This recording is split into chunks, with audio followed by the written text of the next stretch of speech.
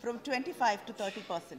Yesterday, our leader, M.K. Stalin, has opposed this constitutional amendment bill when he spoke in the Tamil Nadu Legislative Assembly and reiterated the DMK's opposition to reservation based on economic criteria.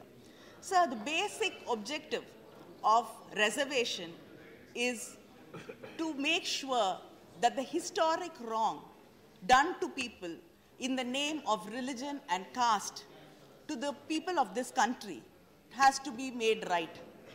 It is not out of mercy. It is their right that they deserve to be given their reservation. We have to understand, it is not economics. It is not because they were poor that they were denied rights to education and place in the governance.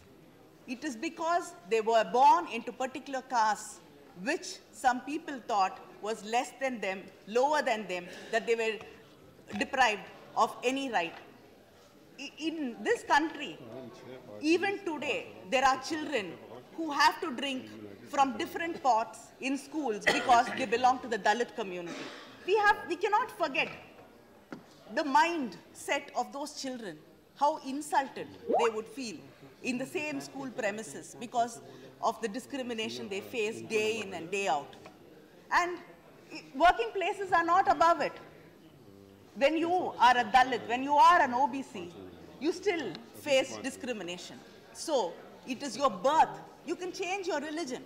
You can change your economic status. You cannot change your caste. Even if you move from one religion to another, your caste, unfortunately, in this country, follows you. And we do not provide reservation for these people.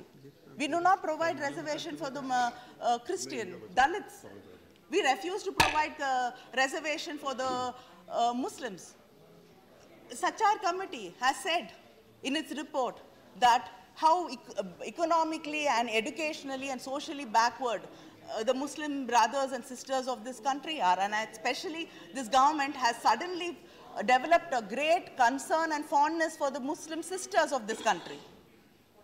Being that case, they can empower them by bringing reservation. In Tamil Nadu, we have the DMK government brought 3.5% reservation for the Muslims. The government can do the same and empower the women they claim to be empowering.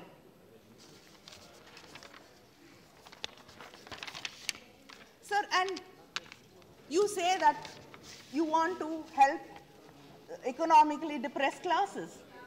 What is happening to the education loans which the UPA government bought?